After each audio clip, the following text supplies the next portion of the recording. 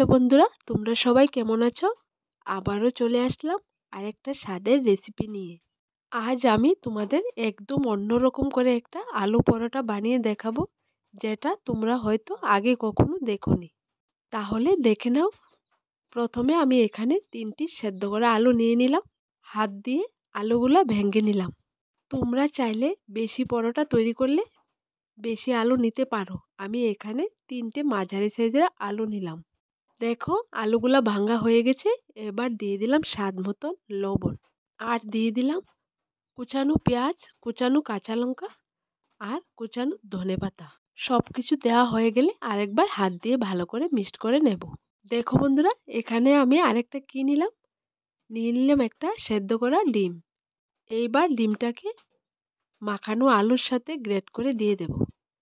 আমি এখানে কম পরোটা তৈরি করব, তাই একটা ডিম নিলাম। তোমরা চাইলে যদি বেশি পরোটা তৈরি করতে চাও তাহলে 2 থেকে 3টে সেদ্ধ ডিম দিয়ে তৈরি করতে পারো।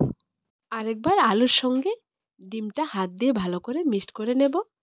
এরপর সবশেষে দিয়ে দেব সামান্য পরিমাণ হলুদ গুঁড়ো, যাতে করে এর কালারটা সুন্দর আসে। দেখো বন্ধুরা, পরোটা বানানোর জন্য পুরটা রেডি করে নিলাম। তোমরা ঠিক এরকম করে পুরটাকে রেডি করে নেবে। এইবার পরোটার খামিরটা তৈরি করে নেব। এর জন্য নিয়ে নিলাম আমি ছোটো সাইজের বাটিতে 2 বাটি আটা। এর মধ্যে দিয়ে দেব স্বাদ মতন লবণ। লবণটা দেওয়ার পর একটু হাত দিয়ে মিক্সড করে নেব। তারপর একটু একটু পানি দিয়ে আটার খামিরটা আমি তৈরি করে নেব। এখানে আমি গরম পানি নিয়েছি। তোমরা গরম পানি দিয়ে আটার খামিরটা তৈরি করবে। দেখবে পরোটাটা একদম নরম তুলতুলে হবে, খেতেও দারুণ স্বাদ লাগবে।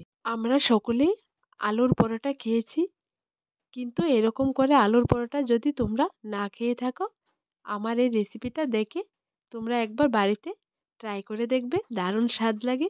একদম মুখে লেগে থাকার মতো একটা রেসিপি, তোমরা অবশ্যই বাড়িতে ট্রাই করে দেখবে। সেদ্ধ ডিমটা দেওয়ার ফলে এই পরোটাটার স্বাদ দ্বিগুণ বাড়ে। খামিরটা রেডি করে নিলাম। এবার পরোটাগুলো একটা একটা করে বানিয়ে নেব। প্রথমে আমি সামান্য পরিমাণ খামির নিয়ে নিলাম। হাতের আঙ্গুল দিয়ে চেপে চেপে একটা বাটির মতো করে নেব। মাঝখানে দিয়ে দেব 1 চামচের মতো ডিম আর আলুর পুরটা। চারপাশ এক করে নেব। এরপর গোল আকার দিয়ে হালকা চ্যাপ্টা করে পরোটাটা বেলে নেব। তোমরা চাইলে এই পরোটাটা ময়দা দিয়েও করতে পারো। আমি এখানে পরোটাটা আটা দিয়ে করেছি, তাই আটা ছিটিয়ে পরোটাটা বেলে নেব। তোমরা চাইলে এই পরোটাটা বেলার সময় তেল দিয়েও বেলে নিতে পারো। পরোটাটা বেলার সময় হালকা চেপে চেপে পরোটাটা বেলতে হবে, না হয় ভিতরের পুরটা চারিদিকে বেরিয়ে আসবে। বন্ধুরা, তোমরা চাইলে এই পরোটার পুরটাকে হালকা তেলে ভেজেও পরোটা তৈরি করতে পারো। আমি এখানে না ভেজে পরোটাগুলো একই রকম করে আমি সবগুলা পরোটাই বেলে নিলাম। দেখো বন্ধুরা, তোমরা ঠিক এরকম করে বেলে নেবে, না মোটা না পাতলা। যদি মোটা হয় তাহলে পরোটাটা খেতে স্বাদ হবে না। সবগুলা পরোটাই বেলা হয়ে গেছে। দেখো কত সুন্দর করে বেলে নিলাম।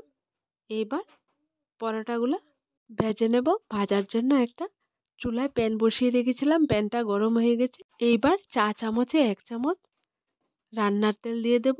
দেওয়ার পর একটা পরোটা তেলের উপর দিয়ে দেব। পরোটাটা দেওয়ার পর একটা হাতা দিয়ে চেপে চেপে উল্টিয়ে পাল্টিয়ে গোল্ডেন ব্রাউন কালার করে পরোটাটা ভেজে নেব।